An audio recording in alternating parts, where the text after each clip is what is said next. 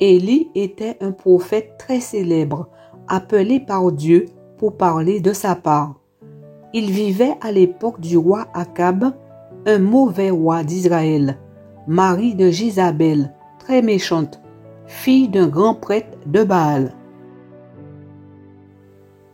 Elle entraîna le roi Akab à servir le culte de Baal et à évincer le Dieu d'Israël.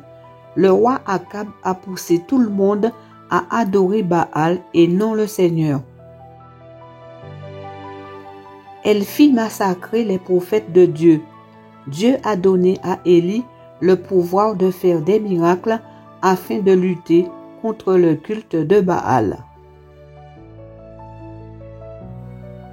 Baal était le dieu des païens, divinité suprême chez les Phéniciens et certains peuples sémites.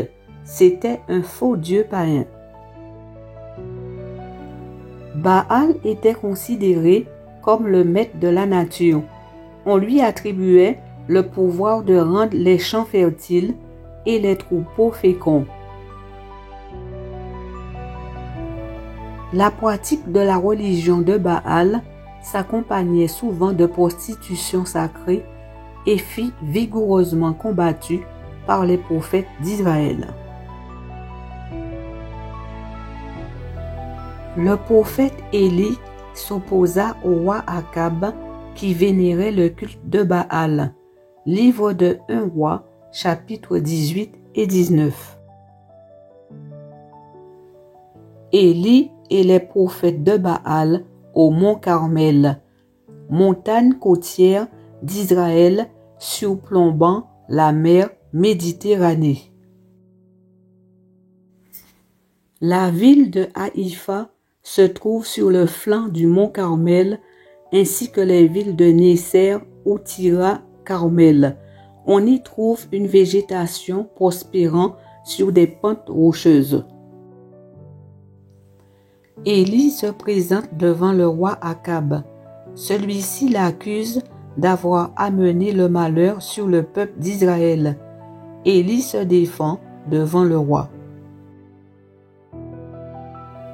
Il n'a pas peur de lui dire que ce n'était pas lui qui avait amené le malheur sur le peuple, mais que c'était le roi Akab lui-même et sa famille qui étaient à l'origine de cela, car préférant adorer les dieux Baal plutôt que le Dieu d'Israël.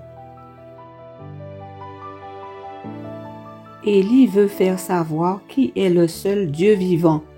Il lance un défi au roi Akab en lui demandant de rassembler le peuple d'Israël autour de lui, ainsi que les prophètes du dieu Baal et de la déesse Akhéra sur une montagne appelée le mont Carmel. Voici le récit. Élie et les prophètes de Baal au Carmel.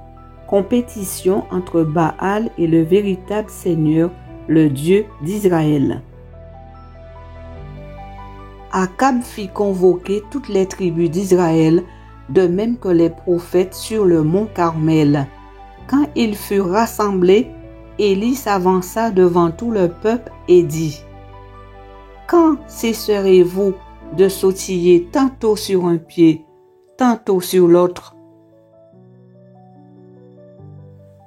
Ou bien c'est le Seigneur qui est le vrai Dieu, et alors rendez un culte au Seigneur. Ou bien c'est Baal qui est le vrai Dieu, et alors rendez un culte à Baal. » Mais personne dans le peuple ne répondit. Élie reprit : « Moi, je reste seul prophète du Seigneur, tandis que les prophètes de Baal sont au nombre de 450. Qu'on nous donne 2 taureaux.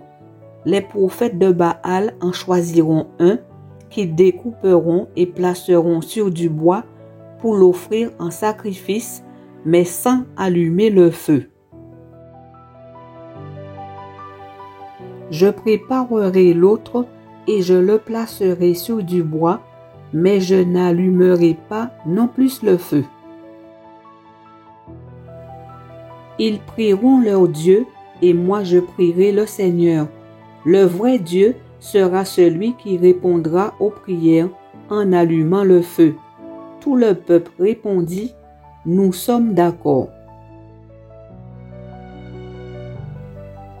Alors Élie dit au prophète de Baal, « Choisissez l'un des taureaux et préparez-le, vous les premiers, puisque vous êtes les plus nombreux. Ensuite, priez votre Dieu, mais n'allumez pas le feu. »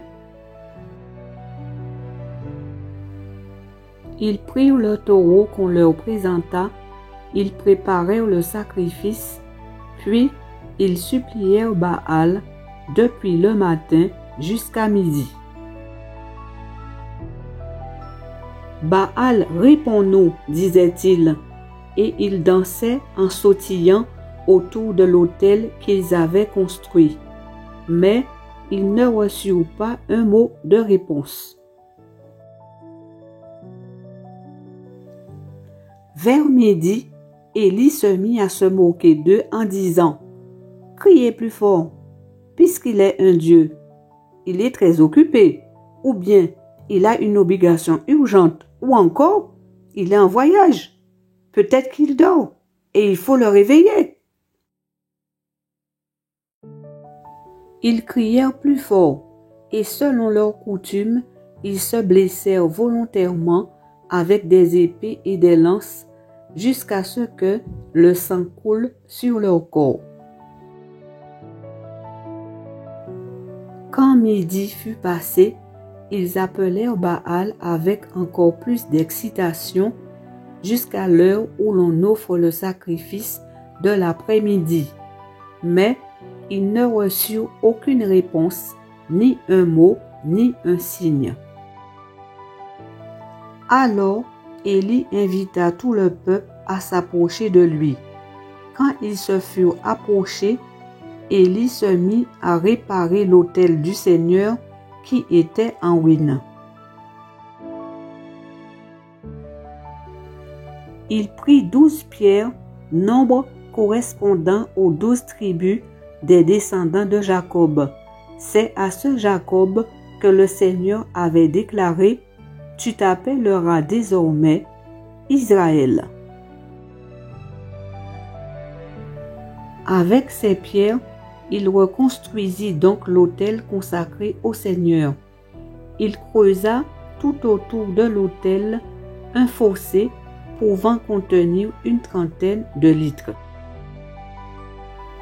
Il arrangea des bûches de bois sur l'autel, puis découpa le taureau et plaça les morceaux sur le bois.